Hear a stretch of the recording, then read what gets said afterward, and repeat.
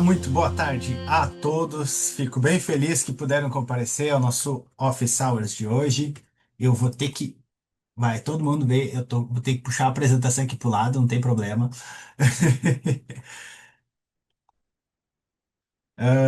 Então, no Office Hours de hoje, que vai estar participando aqui eu e a Karina. A gente gostaria de convidar qualquer pessoa que tenha interesse em criar futuras sessões. Vocês podem mandar um e-mail para a gente, o e-mail está aí na tela, tanto para mim quanto para a Karina, caso vocês tenham alguma ideia, alguma solução, algum recurso que vocês criaram e vocês queiram compartilhar com a comunidade de desenvolvimento. No Office Hours de hoje, então, conecte e transforme seus dados, criando soluções inteligentes com Apex e REST Endpoints. Mas antes de começar, como sempre, nós temos os nossos anúncios e atualizações. Vamos começar então. Partindo do Apex Newsletter, se vocês têm interesse em ficarem atualizados das notícias, das postagens, dos eventos, histórias de sucesso dos Oracle Aces e muito mais, por favor, acessem aí o QR Code ou pela URL o nosso Oracle Apex Newsletter. Além disso, nosso blog, a gente mantém ele sempre atualizado. O Oracle Apex derrubou a barreira entre as nuvens e a gente convida vocês a lerem este novo post no blog. Nesse artigo você vai ver como o Oracle Apex permite criar soluções de IA diretamente na AWS, no Azure ou Google Cloud. E claro, o CI, como a gente já conhece, é a união dos melhores mundos nas suas aplicações. E eu falo muito rápido, eu sei, pessoal. Então, falando novamente aí da nossa apresentação, hoje eu tenho o estimado Bruno Lima. E o Bruno, ele é um engenheiro de solução, Cloud Solution Engineer na Oracle, tá? Tem uma trajetória de 20 anos no setor de tecnologia, com foco em PLSQL Web e Oracle Apex, consolidando posteriormente a base técnica sólida de Java, Spring MVC e Web Services. Então, hoje ele está atuando na Oracle, utilizando toda essa experiência dele para criar soluções utilizando inteligência generativa e para que os clientes possam alcançar os negócios e modernizar suas soluções. Bruno, eu falo, como eu falei, muito rápido, estamos muito felizes em te ter aí junto conosco hoje. E eu já vou aqui tirar a minha apresentação para que tu possa já iniciar. Eu quero te dar o máximo de tempo possível para que tu possa aí mostrar para a gente as soluções bem legais que tu e a tua equipe estão trabalhando dentro da Oracle. Boa tarde, Paulo. Boa tarde, pessoal. Obrigado pela oportunidade. Muito bom estar aqui com vocês aqui para poder compartilhar um pouquinho de conhecimento do que a gente trabalha e vem trabalhando aí ao longo do tempo e ao longo dos anos, né, que a gente veio trabalhando com Apex e tudo mais, tá? Muito obrigado. Vocês estão me escutando direitinho? Estão vendo a tela direitinho da apresentação? Tá, perfeito. Estamos te escutando bem e tá compartilhando a tela certinha aí, cara. Obrigado. Ótimo. Então vamos começar lá. Bom, boa tarde novamente, pessoal.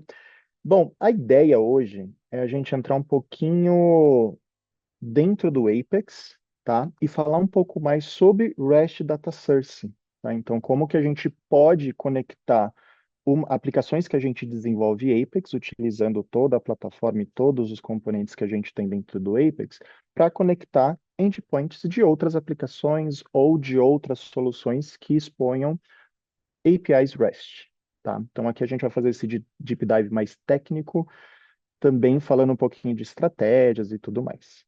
Bom, antes aqui começando a aplicação, só passando aqui pelo nosso Safe Harbor também, né, para falar, para mostrar também que, o que tem aqui dentro.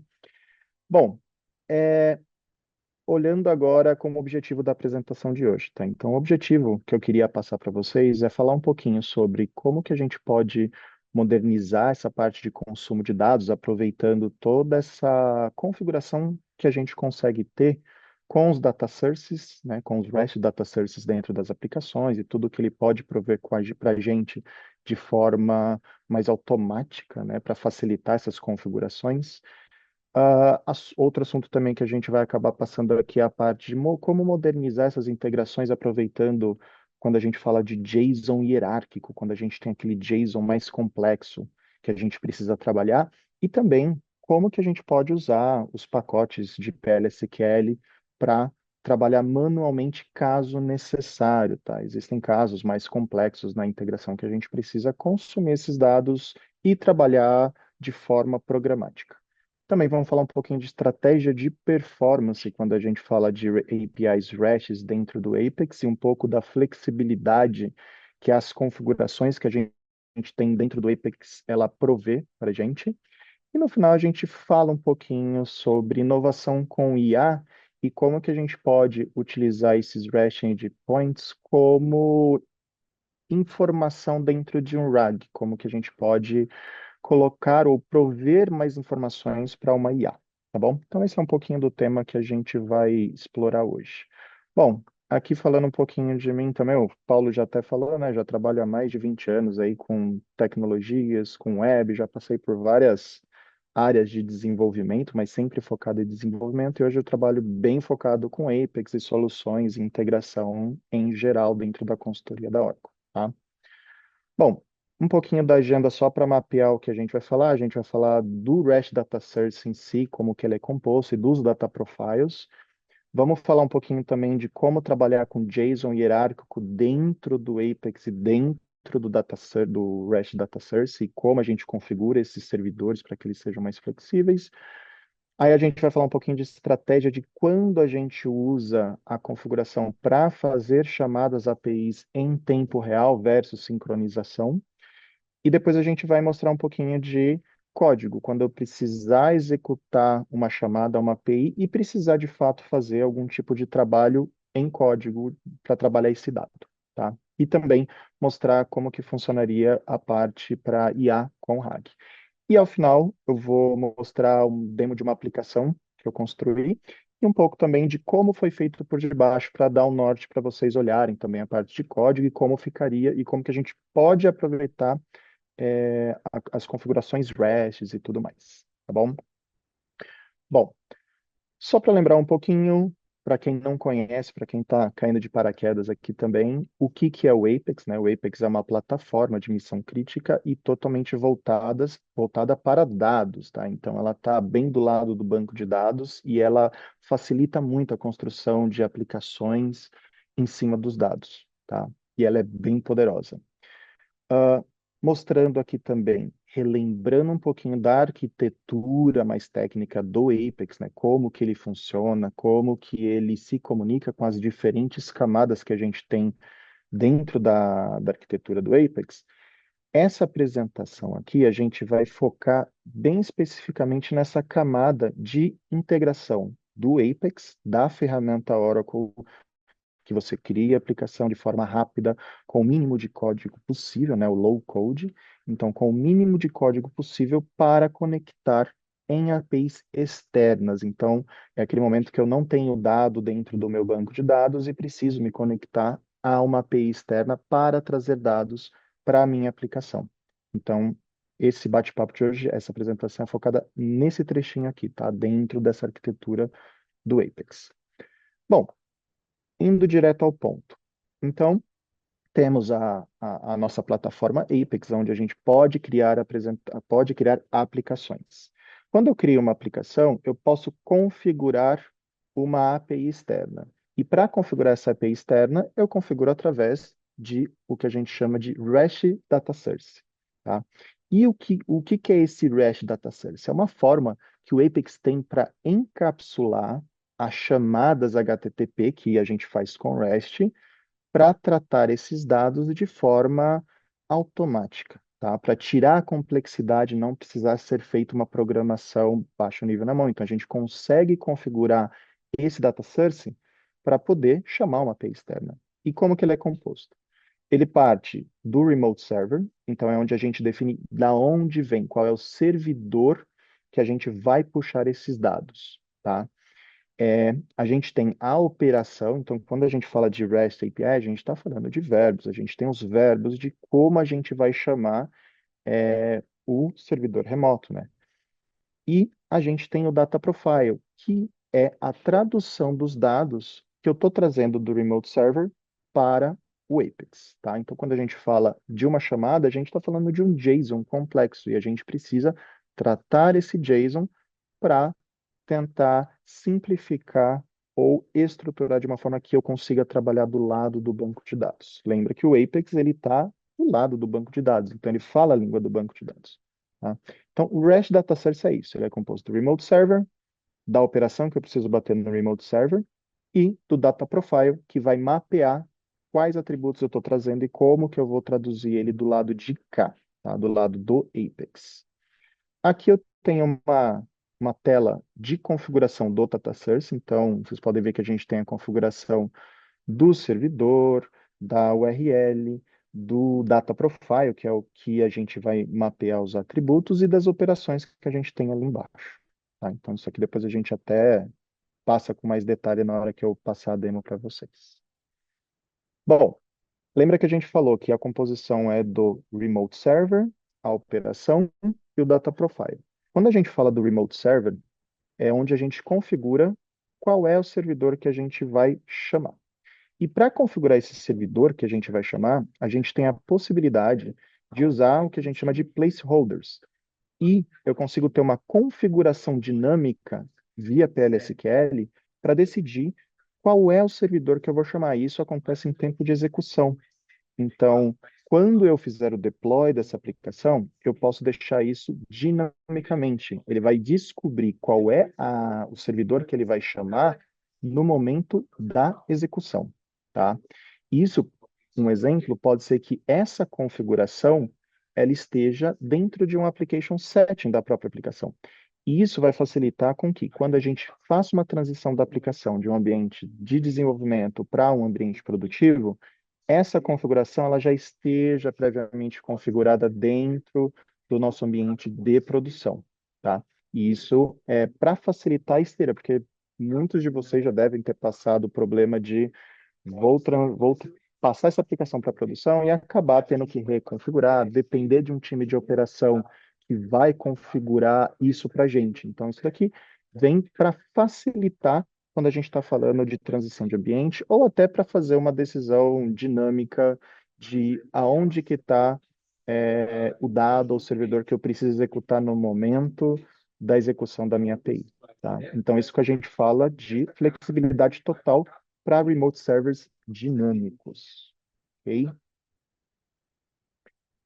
Bom, a gente falou do remote server, que é definir aonde estão esses dados. Eu tenho o verbo que eu vou bater, né, a operação que eu vou bater nesse remote, e eu tenho o data profile. E o data profile é o momento que a gente vai fazer a tradução e o consumo do nosso JSON. E aqui é onde a gente está falando que eu posso ter um JSON bem complexo. Eu até coloquei aqui um exemplo onde eu tenho a estrutura de pedidos, eu tenho itens desse pedido, tenho impostos desses itens, então é uma estrutura complexa na hora que eu faço uma chamada para uma API. E a ideia aqui é mostrar o poder do Data Profile, onde a gente consegue, primeiro, automaticamente através de um sample, ele consegue pegar essa estrutura e analisar essa estrutura e prover uma forma de organizar ou achatar essa estrutura. Por que achatar? Porque ele precisa ver em formato de tabela, em formato tabular. Eu não consigo trabalhar isso de forma estrutural. Então, o Data Profile, ele faz principalmente isso. Ele transforma essa resposta, ele mapeia a estrutura para que do lado do Apex a gente consiga visualizar isso num formato mais tabular. E uma vez que eu tenho isso num formato mais tabular, né, eu consigo trabalhar agora com um REST Data Source e utilizar eles, ou utilizar ele, esse REST Data Source, em visualizações através dos componentes Apex. Então, pensa, eu tenho o REST Data Source, eu defini aonde que é o meu servidor, a operação e o mapeamento, né? Eu fiz a tradução do conteúdo da minha API. Agora, usando essa configuração, eu consigo ir numa tabela e falar, olha, essa tabela aqui, esse Interactive Grid, ele está conectado a esse REST. E o resto é o Apex trabalhando automaticamente para mostrar a grid para você, permitindo tudo aquilo que ele já faz hoje, que é os filtros, coordenação, customização de relatório. Então, falamos de Interactive Reports, que a gente pode usar com REST Data Source, Interactive Grids, quando a gente está fazendo edições. Então, se eu quiser ter um endpoint onde eu permito fazer uma atualização, uma adição ou uma deleção em algum dado, eu consigo utilizar o Interactive Grid. Assim como eu consigo usar um Classic Report, consigo definir charts, calendários. E quando a gente fala de edição, a gente pode usar os forms também para fazer o uso do REST Data Source para fazer insert, update, delete, etc. E também, se houver complexidade, a gente pode descer no nível de programação. Então, eu posso ir para o PLSQL, tá? E junto com a parte de inteligência artificial, juntando com o REST Data Source sincronizado, a gente consegue alimentar, por exemplo, um RAG com informações de dados de uma API para que a minha IA consiga trabalhar ou fazer análise ou resultado de acordo com prompt, contexto e tudo mais que eu estou passando adicional, tá? Bom, aqui é uma tela quando a gente está falando do data profile, como que fica a estrutura. Então, pensando num JSON onde eu tenho pedidos e itens, essa seria uma estrutura do pedido e dos itens desse pedido, que ele achata e transforma isso no modelo tabular, tá? Então, aqui você pode ver que você tem todo esse mapeamento de qual é o atributo que está vindo no JSON, qual é o atributo que eu vou chamar aqui do lado do Apex. Bom, falamos do remote server, defino o remote server, a operação, a tradução, né? Então agora eu completei, tenho a tradução, consigo utilizar ele em componentes prontos, mas e se eu quiser utilizar no código? Bom, via programação PLSQL, a gente consegue usar duas bibliotecas, tá? Duas APIs aqui do Apex, que a gente tem o Apex Exec e o Apex Web Service. Qual a diferença, tá? Então, quando a gente fala de usar o Apex Exec, a gente está indo para um caminho um pouco mais low code, um pouco mais de reaproveitamento. Por quê? Quando eu configuro um REST Data Source, através do pacote Apex Exec, eu consigo solicitar uma execução e pegar a resposta usando a configuração do Data Source. Então, tem lá no Data Source que já fez o mapeamento, já definiu qual é o endpoint, já definiu as operações. Eu vou no pacote, na API de Apex Exec, peço a execução daquele REST Data Source, pego a resposta que já foi feito o Data Profile, ela já vai me trazer achatada, eu consigo usar traduzida a resposta. Então, eu consigo usar o Apex Exec para facilitar o tratamento via código. Aí você fala para mim, poxa, Bruno, eu preciso trabalhar a estrutura de resposta JSON. Então, aí a gente tem o caminho que é mais código, né? Então, eu tenho que, de fato, fazer toda a parte de codificação, tanto da chamada, quanto do retorno e do JSON que ele vai retornar. Então, aqui a gente está falando do caminho manual. E aí é onde a gente utiliza a operação make REST request do pacote web do Apex Web Service para fazer, de fato, a chamada via código PLSQL. E aqui o principal trade-off principal é que nessa chamada eu recebo o texto bruto, ou seja, eu recebo o JSON bruto e eu preciso trabalhar aquele JSON na mão. E aí eu vou usar um Apex JSON, um pacote Apex JSON ou um JSON Table para poder traduzir aquele meu JSON em dados estruturados e conseguir trabalhar o dado que está ali, tá? E esses é o momento onde a gente tem os casos mais extremos, onde eu tenho ou uma complexidade muito grande na minha API que eu preciso trabalhar, por exemplo, um header customizado, uma forma de estrutura de dado muito complexa que eu preciso trabalhar. Então, são casos muito específicos que eu utilizaria o Make REST Request, tá? Mas o lado bom, a gente pode usar as credenciais que já estão cadastradas no Apex e pelo menos a parte de questão de segurança e autenticação, ela já está embutida e a gente pode utilizar toda a plataforma do Apex, tá bom? Então, quando a gente fala do poder programático, é isso. A gente tem a opção de reutilizar a configuração pronta do REST Data Source ou fazer uma chamada manual usando o Make REST Request, tá? Bom, aqui eu tenho uma tela exatamente para comparar as duas opções. Quando a gente fala de linha de código, do lado esquerdo aqui no Apex Exec, você pode ver, a gente está definindo um parâmetro fazendo a chamada para o endpoint, pegando o retorno e trabalhando esse retorno. Do lado direito, você pode ver que a gente tem que definir a URL, faço a chamada direto no verbo, passando o parâmetro, tem a opção de mexer nos headers se precisar. A resposta, eu faço um trabalho direto na resposta via JSON. Então, aqui eu já uso pacotes de JSON para poder obter a resposta, tá bom? Uau! Chegamos agora no ponto de estratégia arquitetural. Por quê? Pensa que você tem a API externa, que está no servidor do lado de fora, que tem o tempo de chamada para você chamar lá no servidor de fora, esperar a resposta, trazer os dados. Muitas vezes a gente está falando não de uma linha, de duas, de 10, de 100, às vezes a gente está falando de uma chamada de API que vão trazer milhares de registros. E isso gera uma carga de tempo de transição muito grande entre o servidor que a gente está aqui do Apex e o servidor que vai gerar o dado. E muitas vezes ele até pode estar indisponível, tá? Então, quando a gente fala de estratégia de arquitetura, a gente está falando de três opções dentro do Apex para fazer essa chamada para a minha API. Eu tenho a primeira opção, que é o tempo real. Ou seja, dentro do Apex, quando eu executar a chamada REST API, ele vai bater lá no meu servidor que tem o dado e vai trazer na hora, tá? E aí, nesse momento, eu estou pegando o dado real. Então, qual a vantagem? Eu tenho sempre o dado mais fresco. Qual que é o risco? Eu dependo muito da disponibilidade. Então, se o meu servidor lá não tiver e eu tiver que fazer isso em tempo real, eu bater lá, ele vai me dar um erro, tá? E normalmente isso é bom para consultas mais dinâmicas e mais críticas, como por exemplo aqui, o status de pedido. Então, eu preciso pegar o status de pedido em tempo real. Faço a chamada, pego a resposta e mostro. Então, a gente fala de tempo real.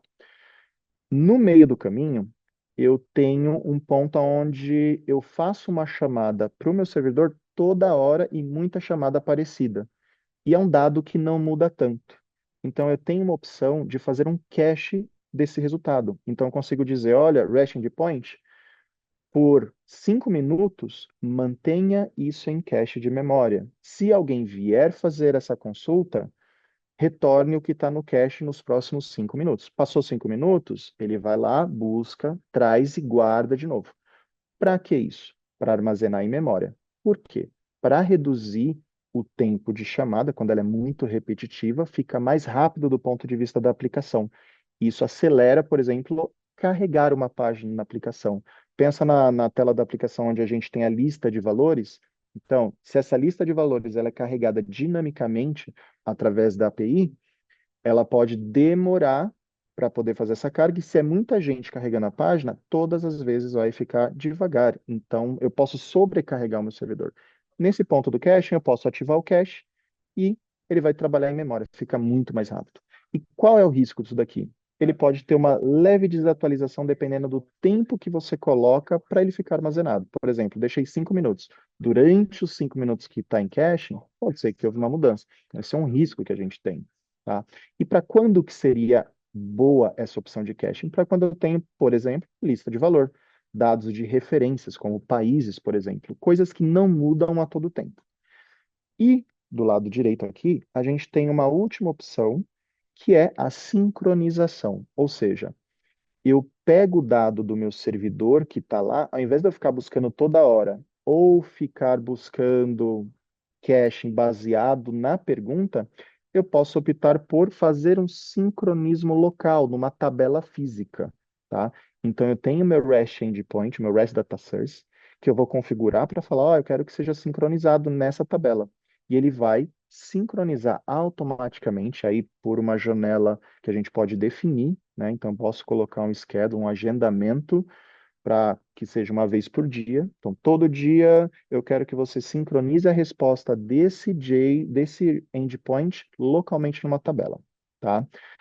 Quando que isso traz vantagem para a gente? Quando a gente tem uma API que traz muitos dados, pensa numa API que me retorna 100 mil linhas, e eu toda vez preciso ir lá buscar e fazer várias chamadas. De repente, para montar um relatório, é interessante a gente deixar isso sincronizado e toda a página é feita usando tabela local. Então, eu consigo fazer utilizando queries dentro da tabela local, que é sincronizada automaticamente pelo Apex, tá? E isso, quando que eu utilizaria? Para fazer dashboards analíticos muito pesados, com relatórios com muito filtros, ou também para quando eu tenho queries muito complexas, que eu preciso criar muitas análises de dados e que essas queries exijam regras específicas e complexas. Então, acho que é interessante a gente ativar o sincronismo do Range Point, coloca ele numa tabela local e a gente pode fazer várias queries complexas, tá? E outro ponto interessante também é que quando a gente faz esse sincronismo local, a gente pode utilizar também a IA, né, a configuração de IA dentro do Apex, para ser alimentada por um RAG. E esse RAG vai, a- vai ser, vai ser selecionando os dados da tabela local, através dessa sincronização. Então, aqui, essa parte da estratégia é o que dita muitas vezes o tempo de resposta da nossa aplicação. Se a nossa aplicação está com uma página que demora muito, se eu preciso criar um relatório muito complexo. Então, tudo isso vai servir como input para a gente decidir, né, para a gente tomar essa decisão se vale a pena ser por tempo real, ser por cache ou fazer o sincronismo numa tabela local, tá? Então, levem isso em conta quando vocês estiverem construindo uma tela, um relatório, e isso é por API. Tá? Então, cada API, cada REST Data Service que você configurar no Apex, você tem que tomar essa decisão, tá bom? Bom, a gente falou da estratégia, falamos de como configurar, definir os data services, e vem a parte da governança e visibilidade. Então, uma vez que eu configurar o meu REST Data Service, se eu precisar mudar, o que que vai quebrar? Esse é um ponto que quando a gente está construindo, a gente tem que se preocupar. E dentro do Apex, a gente tem alguns pontos que a gente pode utilizar para fazer o monitoramento dessas mudanças, dessas quebras. Então, do lado do próprio Apex, a gente tem relatórios de dependências.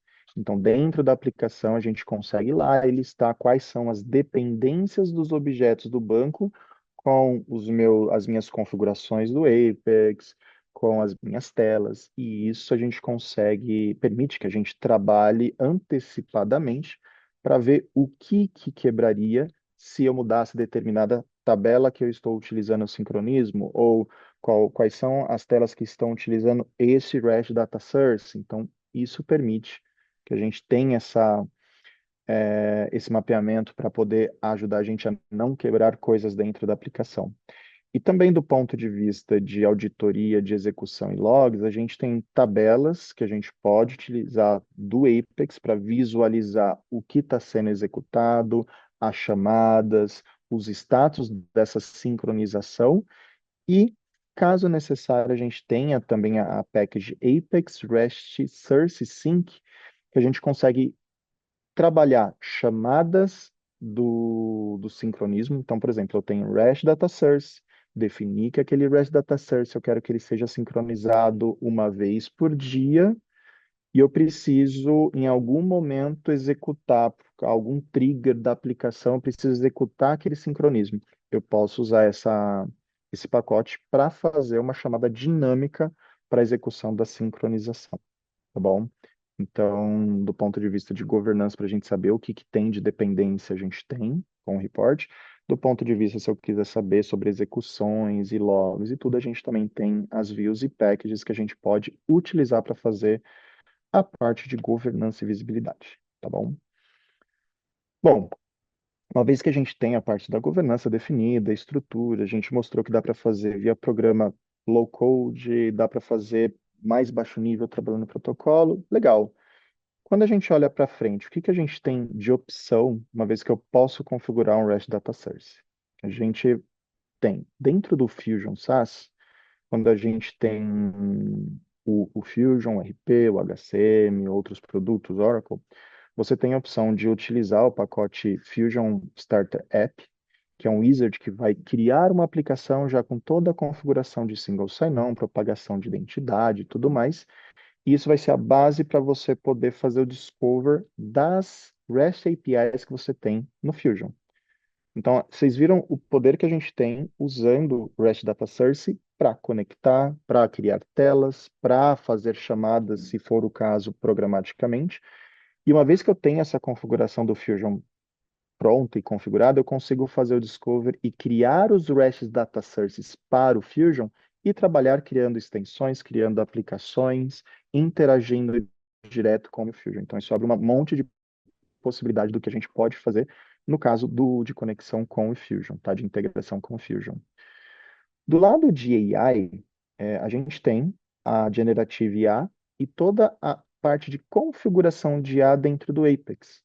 E uma vez que eu consigo configurar uma IA para seja utilizar via chat, seja para gerar um conteúdo dinâmico, seja para fazer algum tipo de interação com IA generativa, eu posso agora, uma vez que eu tenho esse REST Data Service configurado e o botãozinho de ativado sincronismo em uma tabela local, eu consigo, de fato, alimentar minha inteligência artificial com informações dos meus dados da minha aplicação ou dados que estão vindo na minha aplicação, um dado que está vindo da minha API, juntar os dois para ser ali, para alimentar uma IA, para de repente responder uma pergunta ou gerar alguma informação. Tá? Então, ter essa configuração do REST Data Service ativado e poder utilizar IA vai abrir um outro mundo aqui que dentro do Apex você consegue utilizar muita coisa legal, tá bom? Uau, bastante informação, né? E bem rápido. Bom, chegamos na parte aqui que eu gosto porque é a parte onde a gente coloca e mostra a mão na massa mesmo do que a gente fez de demo para poder mostrar tudo isso que a gente falou na prática, tá? Então, nesse momento eu vou mostrar agora a aplicação que eu construí aqui para mostrar um pouco e navegar o que é possível com apenas um REST Endpoint, com um conjunto de informação de pedido e item, o que a gente consegue fazer usando os componentes nativos e também utilizando um pouquinho de PL/SQL para fazer a chamada direto e o chat de IA, usando uma IA generativa para a gente poder alimentar com o RAG, ok? Então agora, Paulo, me avisa se estiver vendo a tela de o vídeo que eu vou colocar aqui, que aí eu vou comentando em cima do vídeo. Vamos ver se vocês conseguem ver. Sim, tá na tela Tá do lá? vídeo. Aham. Ótimo, ótimo. Então vamos lá, pessoal. Bom, aqui uma aplicação que eu construí aqui, isso aqui está interno dentro da Oracle, então está protegido. Se vocês tentarem acessar algum endpoint, vocês não vão conseguir, tá? Eu já aviso antes. Vocês vão ver algumas configurações de endpoints e tudo, mas ele está protegido, está dentro da nossa rede aqui. Mas, gente, é uma aplicação muito legal, vocês vão ver. Eu gostei muito porque eu explorei bastante essas partes de REST Endpoint, eu acho muito legal, com tudo que dá para fazer. Bom, vamos lá. Tela principal, tá? Aqui, vocês podem ver, eu coloquei uma tela principal que a gente tem e utilizei o componente nativo de cards, tá? Com o Smart Search. Então, vocês podem ver que a gente tem um Smart Search com a telinha de cards aqui, tá? E aí é legal que isso aqui está tudo baseado num único REST Endpoint. Eu configurei ele e estou usando os filtros aqui, tá? Consigo também usar o componente do Interactive Grid, tá? E aí dentro do Interactive Grid, eu só disse, utilizando esse REST Data Source. Aí eu tenho todo o poder do Interactive Grid. Aí eu consigo filtrar, por exemplo, clicando aqui na coluna, filtrar pela coluna, consigo destacar, consigo adicionar colunas, então todas as features que eu tenho já do próprio componente nativo do Apex, eu consigo utilizar em cima de um REST Data Source. Tá legal? E aí outra coisa, outro componente interessante são charts. Eu consigo criar charts em cima de REST Data Source. Então, uma vez que eu configurei o meu REST Data Source, eu consigo definir visualizações diferentes, tá? E aqui, agora, voltando, eu consigo pegar aqui dentro do meu card e aí eu vou clicar nesse card para mostrar um formulário. Então, se eu clico no card, ele vai abrir uma nova telinha com um formulário com mais detalhes do meu dado.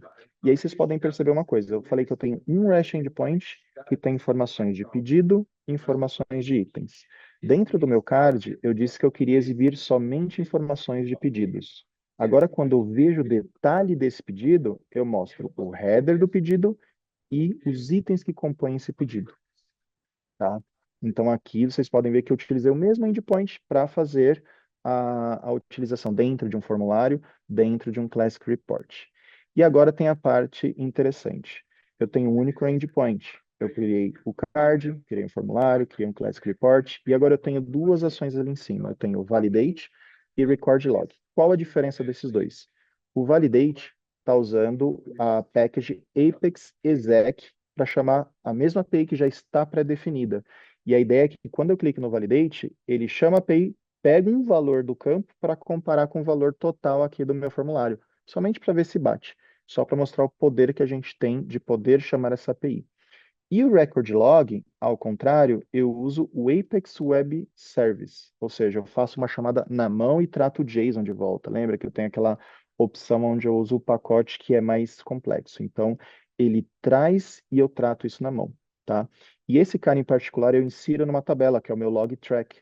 E aí eu tenho o JSON de resposta da minha API completo que eu posso trabalhar, posso fazer o que eu quiser, tá?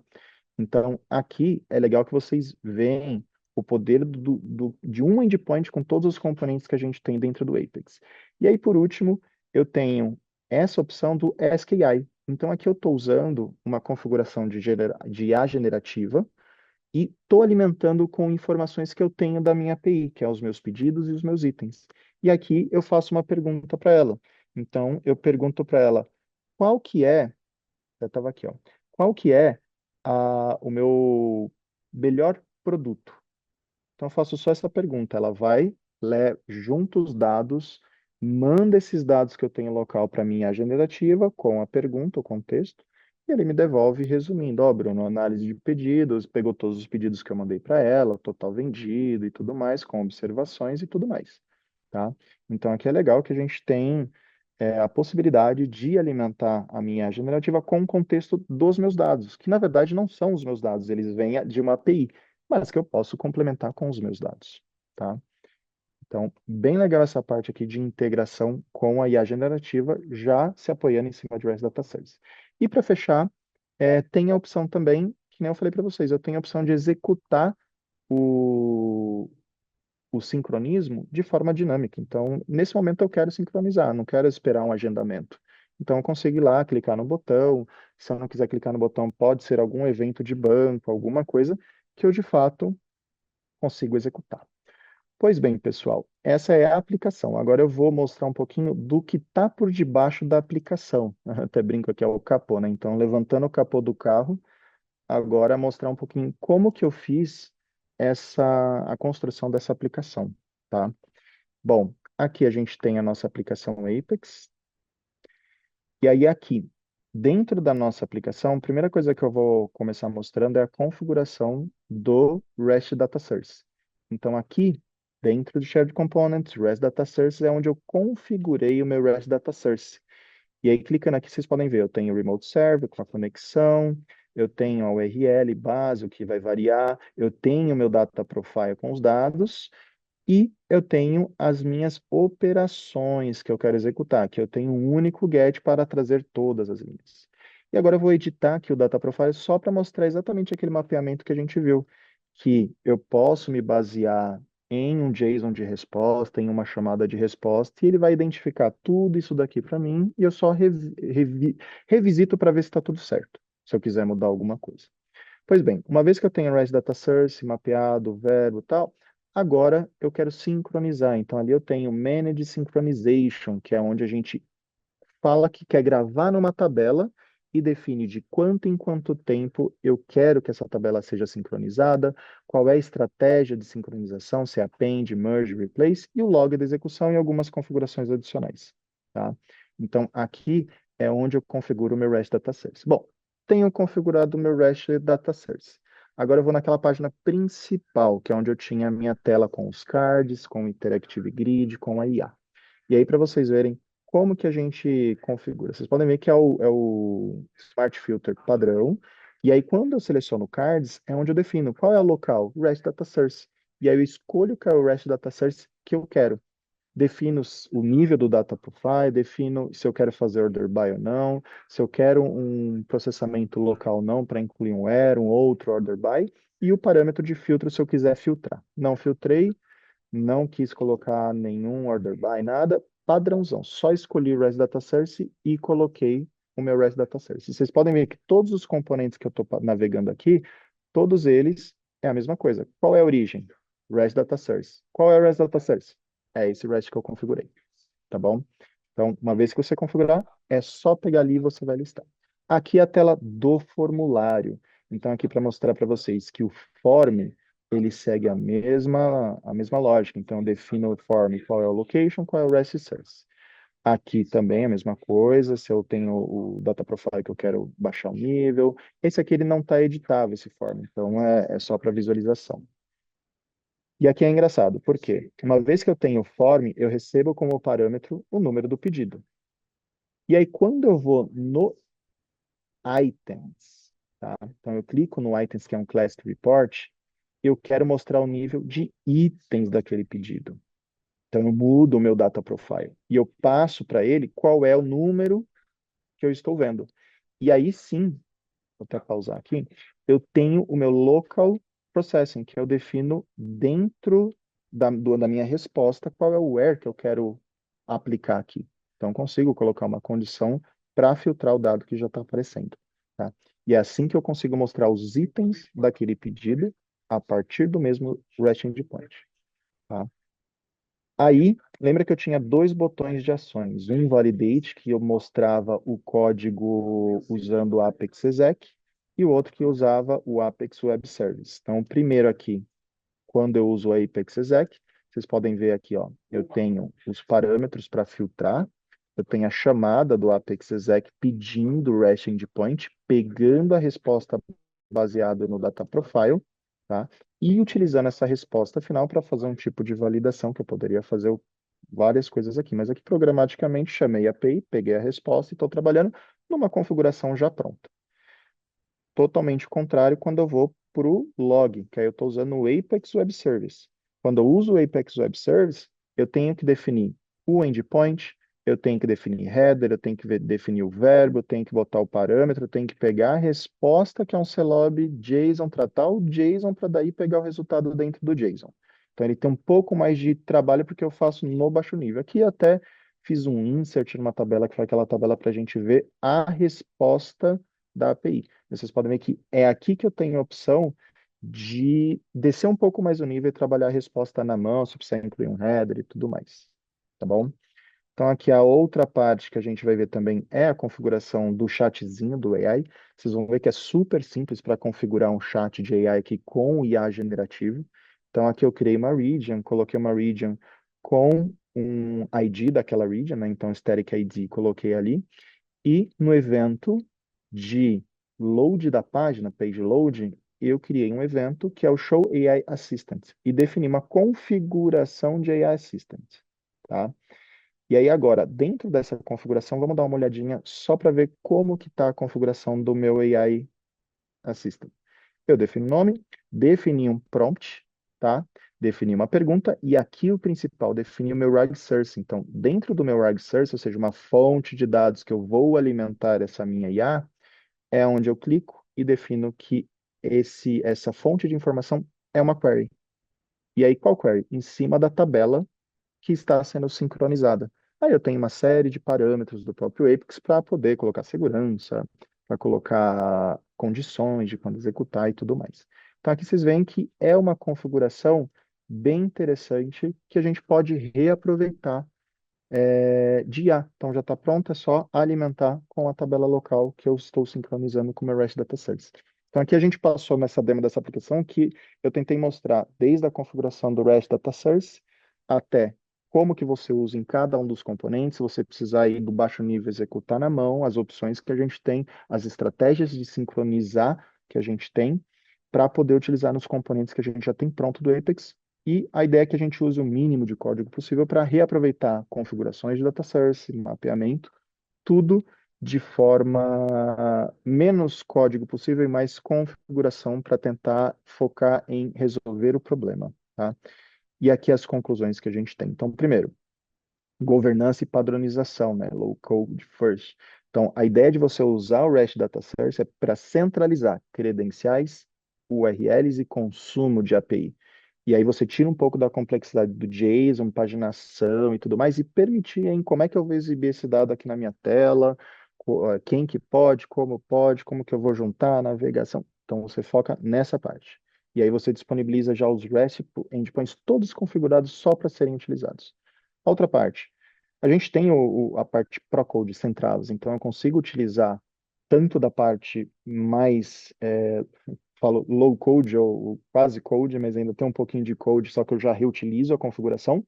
E também, se precisar, eu tenho a opção do Make REST Request, que é onde eu vou e faço a chamada via API direto no HTTP e traduzo o JSON, tá? A ideia de já ter uma única fonte de dados ali, um único REST Data Service para você criar várias telas usando a mesma fonte de dados, né? Então a gente tem as vários componentes em várias telas que a gente pode usar a mesma fonte de dados. E uma vez que você tem essas APIs, você sincroniza em tabelas e você consegue utilizar, você consegue configurar a IA generativa para te ajudar, seja no chat, seja para gerar conteúdo, seja para analisar algum conteúdo, analisar um dado. Por exemplo, eu poderia ter colocado um resumo do meu pedido, ele poderia ter feito isso também, usando os dados que já estão lá. Então, a gente tem bastante poder quando a gente usa o REST Data Service, certo? Pessoal, falei bastante, bastante conteúdo. Espero que vocês tenham entendido. Tive que dar uma aceleradinha aqui no final, mas seguimos. Agora, vocês têm alguma pergunta, dúvidas? Temos perguntas, temos dúvidas? Como No é que a gente Q&A. está? No O Q&A. Q&A tem. Eu vou perguntando e tu vai respondendo, Bruno, pode ser? Pode ser, pode ser. A primeira, bem simples, do Ângelo, que ele perguntou já faz um tempinho. Deixa eu até Hum, botar um joinha aqui para aparecer um monte de joinha junto com a turma, porque a galera gostou bastante da tua apresentação. que Mas a bom, que primeira bom. aqui, então, que é do Ângelo, qual a LLM que estava sendo utilizada? A LLM, a gente estava usando ali, se eu não me engano, foi um Grok, tá? Ali a gente usou o OCI Generative, tá? A gente bateu lá no OCI.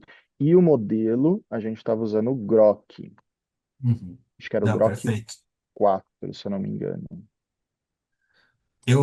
Perfeito, obrigado. Pessoal, eu vou pedir que. Tô vendo que alguns estão levantando a mão, as perguntas são todas pelo Q&A, tá? Não, a gente não vai abrir o microfone para o público externo. A próxima aqui, que é do Ricardo Amorim. Qual o setup inicial necessário para realizar essas ações apresentadas, considerando um cenário de lab, em aulas sobre banco de dados? Bom, setup inicial é você ter o Apex configurado, instalado, com acesso à API, ao endpoint, o servidor que você vai precisar. Aqui eu não fiz nenhum setup diferente a não ser ter o meu Apex instalado, ou seja, eu fui no Apex interno aqui, mas eu poderia ter provisionado um Autônomos lá na nossa CI, provisionava um Autônomos, ele ia subir com Apex, ia entrar em administração dali. Na hora que eu criasse a aplicação, eu já poderia criar um REST Data Service e configurar no meu endpoint final, tá? Não teve nenhum setup adicional aqui, exceto talvez pela configuração da IA, porque ali eu mostrei o AI Configuration, que é da aplicação. Só que no AI Configuration a gente tem a configuração de qual é o modelo que a gente está chamando com a autenticação. Isso eu fiz no nível da Workspace, mas aí eu só coloquei e direcionei para o modelo que eu quis usar. No caso, foi o OCI Generative AI que eu configurei, mas aí poderia ser algum outro modelo, como o Cohere, por exemplo, que a gente suporta. Show. Olha aí, a turma tá cheia de perguntas, cara. Espero que dê tempo. O, Eu parei antes para poder o, tentar responder. Tamo bem, tamo bem.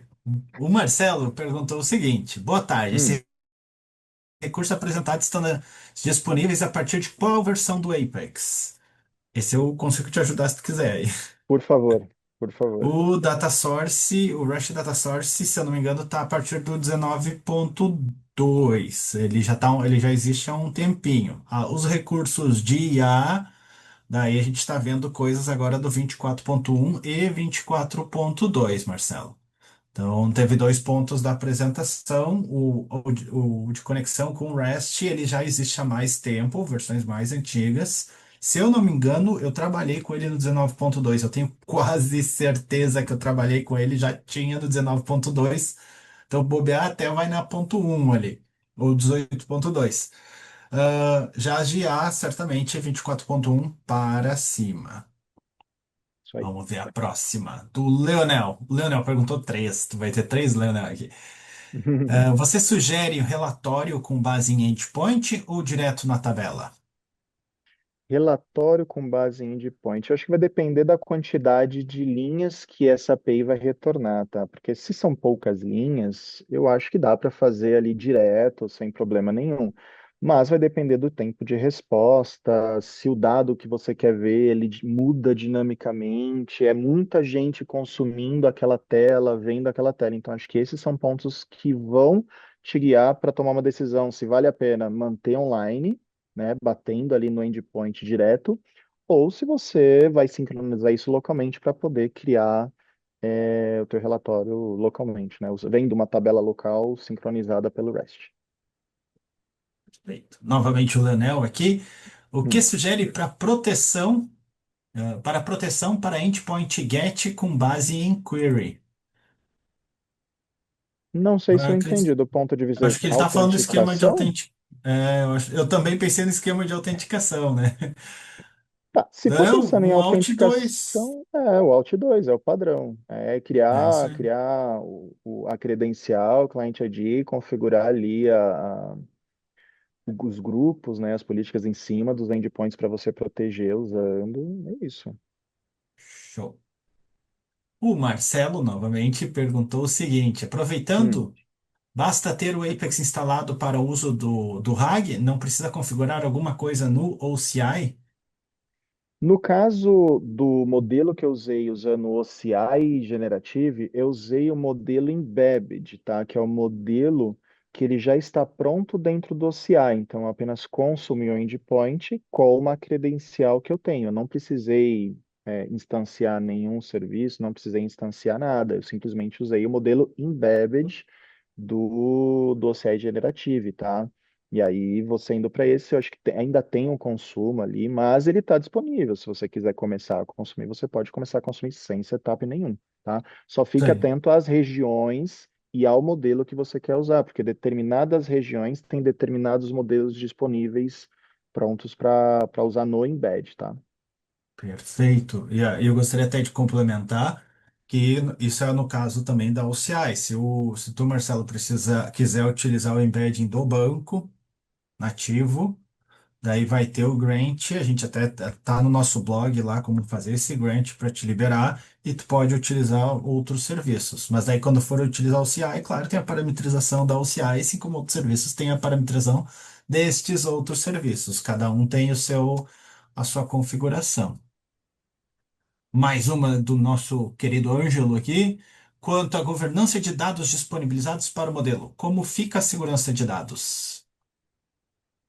Quanto à governança dos dados disponibilizado para o modelo. Tá. Aqui a gente entra no ponto onde quais são os dados que você está compartilhando com o modelo e aonde que esse teu modelo está processando, né? E aí vai depender exatamente desse ponto, porque uma vez que você tirou daqui e passou para o modelo, lógico, esse dado está de responsabilidade do modelo que você está levando. Por isso que até aqui no teste que eu fiz foi usando o OCI Generative, porque aí eu estou usando uma infraestrutura Oracle protegida lá, nossa. Tá? E aí cada cliente vai ter a sua compliance, a sua forma de dizer, poxa, eu posso usar essa LLM, eu posso usar esses dados dentro dessa LLM. E aí cada cliente ou cada empresa vai ter a sua política de segurança, tá? Mas uma vez que esse dado saiu, ele foi para a LLM, vai depender da LLM que você está processando, do servidor que você está processando. Feito. O Douglas perguntou o seguinte: as chamadas para API são realizadas pelo banco de dados PLSQL? Quer responder essa, Paulo? Sim, pode ser. Pode. Sim, elas são feitas pelo banco de dados. Eu já sei que tu deve estar perguntando isso, Douglas, por causa do tempo de ficar pendurado numa chamada de API. Esse é o momento em que as boas práticas imperam e que é interessante sempre levar em consideração que é um desenvolvimento de banco. Então, para chamadas ao vivo, em tempo real, que eu acredito que essa seja a tua preocupação, manter a paginação, utilizar as boas práticas de comunicação REST para que não sejam chamadas de ficar 20 segundos, 30 segundos, 1 minuto com com aquela chamada pendurada lá, carregando informação. Vai fazendo em pequenos pacotes com atualização. E caso não haja alternativa e tenha que ser uma chamada pendurada, por favor, utilize um processo de automação, até mesmo um scheduler que seja necessário, para tu não prender o usuário no load da página durante a execução, o consumo daquele recurso. Tem que trabalhar de forma assíncrona. E aqui Eu entra um já, pouco já da pulando para a estratégia. parte que eu acho que é o problema, porque é um problema que já me deu problema. É, tanto é que isso para mim já foi estratégia de ter que usar sincronismo também, porque às vezes demorava, às vezes não, instabilidade, Yes. muito tempo, tal. Aí o que que eu fiz? Estratégia de deixar sincronizando numa tabela. Matei. E aí eu Yes. boto para rodar a cada 1 hora tendo dado ali. E aí eu tirei essa conexão com a aplicação e coloquei uma camada de proteção. Apesar que depois, do lado de fora, teve um API Gateway na frente, um gateway que a gente coloca para também proteger por timeout, configura timeout e tudo Isso, mais. isso, isso. Última pergunta aqui da nossa lista, então. A Laiane perguntou: como é feito o cálculo do custo considerando o uso de recursos de IA? Esse é um cálculo bem complexo, né? Bruno, tu tem uma ideia de Sim. como é feito o cálculo do custo? Cara, eu não tenho ideia, mas eu sei que tem uma página nossa de cálculo de O custo, tá? Que aí pricing. a gente é de pricing, que ali a gente coloca qual é o modelo, qual é o recurso, tá? E aí você coloca o número de chamadas e tokens, tal, para ele ter uma média de consumo quando a gente está usando o CI Generative AI para consumir o embedding desse cara. E aí Ah, tem, claro, depende do modelo que você está usando, que vai ter o número de tokens, aí tem várias outras coisas para a gente poder usar como métrica para daí sim definir o custo, tá? Pelo menos para essa parte de IA, para você mandar para IA. Do lado do isso. banco, aí é CPU, memória, Exato. aí não tem chamada. Infelizmente não é um cálculo tão direto, né? Eu já tentei fazer É, isso porque já me perguntaram e realmente algumas IAs o cálculo é por caractere, outras têm o cálculo por token, daí do lado do Apex o cálculo é processamento, que depende da máquina que está sendo utilizada. Então é uma coisa bem, seria interessante falar com um gerente de conta mesmo, Lene, para entender dentro da tua infraestrutura qual seria a previsão de custo com base na demanda. Resposta de dev, né? É, tipo, é. depende. É, mas Mas faz parte. muitas vezes eu vejo que às vezes colocar um gateway na frente da saída da sua aplicação para uma chamada de IA serve como o cara que vai ou colocar um limite ou contabilizar e serve como uma proteção para tanto para custo quanto para chamada. E eu acho que seria uma ideia para poder ter um certo controle quando a gente começa a se preocupar com, poxa, não posso chamar tanto, não posso atingir tanto. É lógico, vai fazer o cálculo de custo para ter uma ideia, mas já pensando em ter um gateway na frente para poder fazer esse tipo de controle, né? Perfeito. Mais alguma dúvida, É pessoal? Temos isso. um último minutinho. Se não tivermos mais dúvidas, vamos O bem. Gabriel mandou uma pergunta no chat. Ah, Dá uma pera, olhadinha. ó. O Gabriel, se eu fizer um RESTful Service de autenticação, existe uma forma de criar uma sessão no Apex vinculado ao token? Ao invalidar a sessão, o token é invalidado? Se Gabriel, eu fiz. Gab- eu entendi, Gabriel, fazendo perguntas difíceis. Sim, sim, a princípio sim, se eu não me engano, tu tem pelo RDS o controle do token da sessão, Gabriel, que tu pode vincular ao usuário e, e tu vai ter que ficar monitorando a sessão para o momento, para na hora que ela cair o token também. É um trabalho mais manual, porque essa é uma ter um token de sessão que funciona no mesmo momento em que a sessão de login do usuário são duas coisas diferentes, né? Então, seria um trabalho um pouquinho manual. Me manda uma mensagem que a gente pode tentar aí, pelo menos, eu posso tentar te fornecer as tabelas para fazer isso, mas vai dar trabalho, tá? Já digo agora. E o Marcelo disse que ele quer a minha camiseta. Infelizmente ainda não está vendo, estamos tentando disponibilizar para a turma da América Latina, sim, Marcelo. Chegaremos lá em algum momento. É isso, eu acho, de perguntas, pessoal. Muito obrigado a todos por terem vindo. Bruno, cara, agradeço de coração por ter tirado o tempo aí para fazer a apresentação, para mostrar Imagina, todo esse teu conhecimento. imagina. E Obrigado você pelo fiquem. convite. Isso aí então, pessoal. Até mais.